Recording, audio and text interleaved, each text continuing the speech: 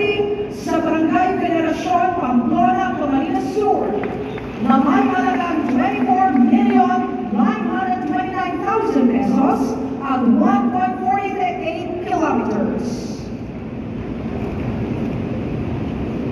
Mayor Christopher Izardo para sa road concreting sa Barangay Sagrada, Minalaba, Camarines Sur na may halagang 24,932,000 pesos at 1 kilometro. Mayor Amelita Ipasco para sa road concreting sa Barangay San Agustin, Bulac, Camarines Sur na may halagang 24,941,000 pesos at 1.5 kilometers. Mayor Nena Bagaspas para sa road concreting sa Barangay Laganat, Palaman, Camarines Sur na may halagang 24,938,000 pesos at 0.62 kilometers.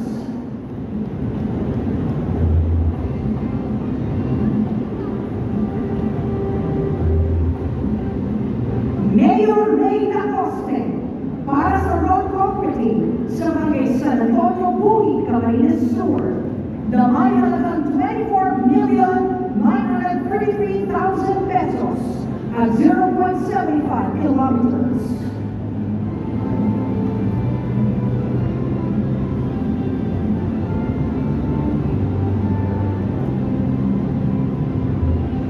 At Mayor Jesus Camara para sa road concreting sa Barangay San Pablo at Barangay Tarong, Limpanan, Camarines Sur. Ang dalawang farm-to-market roads ay may kabuang halaga na 42 million pesos at may pinagsamang haba ng 2 kilometro. Ayan, sa lahat po, ina-invite ko lahat ng mga viewers natin, panoorin po natin ang Maraming salamat po, mahal na Pangulo, at congratulations po sa ating mga alkalde. Ngayon naman po, tayo ay lalapit sa pamamahagi ng land titles at ang presidential assistance to farmers, fisher folks, and families. Una, ating pong tawagin ang iba't ibang agrarian poor beneficiaries mula sa iba't ibang probinsya ng Bicol upang tanggapin ang kanilang land titles. Mula sa Albay, tatanggap ng mga land titles sila Alfredo Rodia, hindi ko po kabisado, pero sa susunod po gagawin ko natin. Apolinar Masalorte,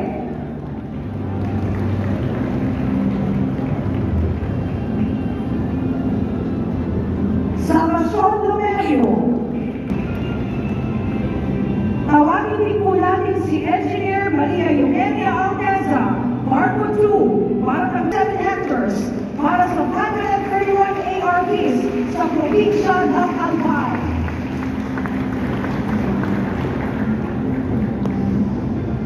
Mula sa Catanduanes, tatanggap na mga land titles sila Juanito Samonte,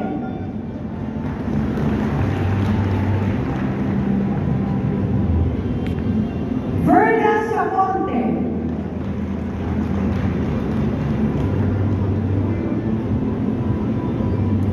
Lorna Samonte,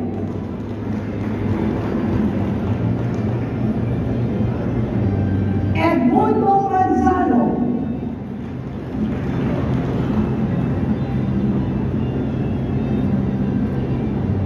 at Julia Villamor.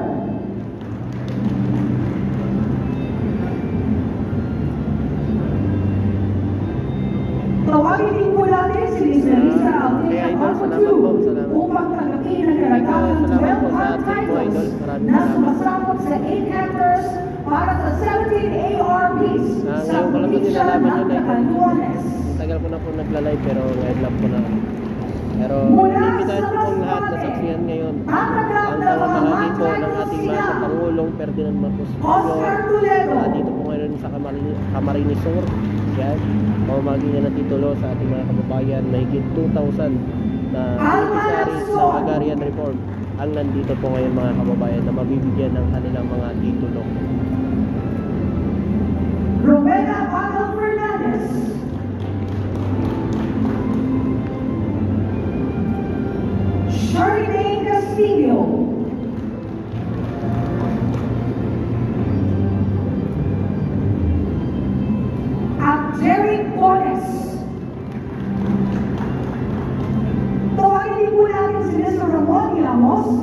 Assistant Provincial Administrator upang tanggapin ang karagdagang 241 land titles na sumasakop sa 439.5 hectares para sa 241 ARBs sa probinsya ng Masbate. Mula sa Sorsogon, tatanggap ng mga land titles sila Avelino Diaz,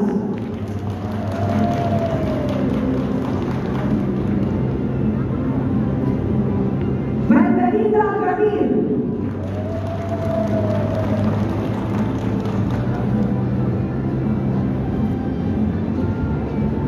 Ana Amante,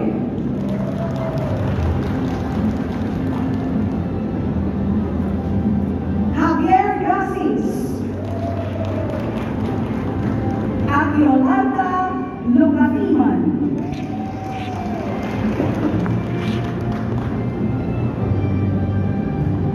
Tawagin din po natin si Vice Governor Luimar Antonio Escudero II upang tanggapin ang karagdagang 73 land titles na sumasakop sa 104.3 hectares para sa 71 ARBs sa probinsya ng Sorsogon.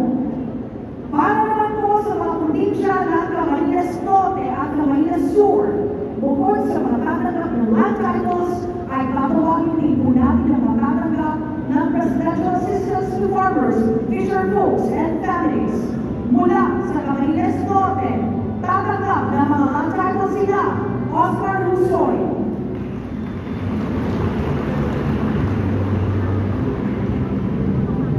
Lerma Bartolay,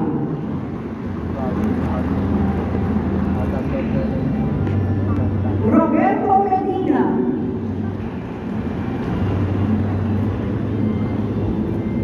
Kim J. Noga, at Edgar Olivario. Habang ang mga sumusunod ay tatanggap naman ng Presidential Assistance, Dennis Agao,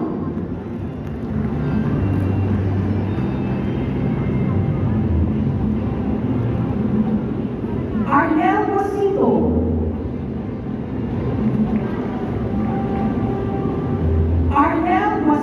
Jr., Ramil Bagaspas,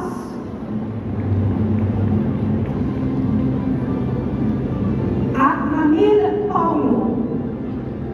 Tawagin din po natin si Camarines Norte Governor Ricardo Padilla upang tanggapin ang Presidential Assistance Check na nagkakahalaga ng 10,280,000 pesos at 237 land titles na sumasakop ng 415 hectares para sa 228 ARBs.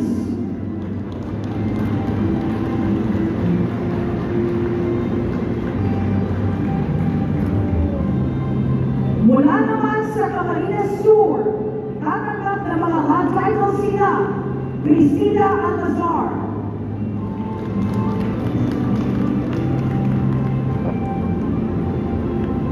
Christy Giling,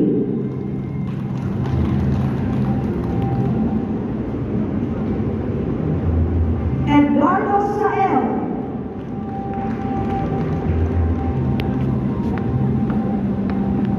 Mario Tolosa, at Rufino Sumpay.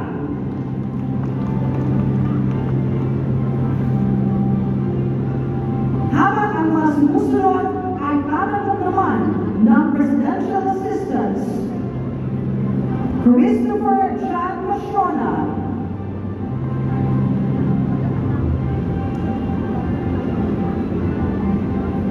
Reynaldo de los Santos,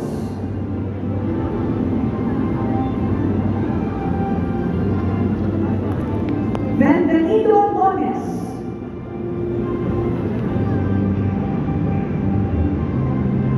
Joris Candia, at Coronel Reyuan Buenaagua. Tawagin din po natin si Camarines Sur Governor Luigi Villaverde upang tanggapin ang Presidential Assistance check na nagkakahalaga ng 50 million pesos at 171 hot titles na sumasakop ng 1,494.6 hectares para sa 877 ARBs. Maraming salamat po, mahal na Pangulo, at congratulations po sa ating mga governors at sa mga beneficiaries ng ating mga government programs.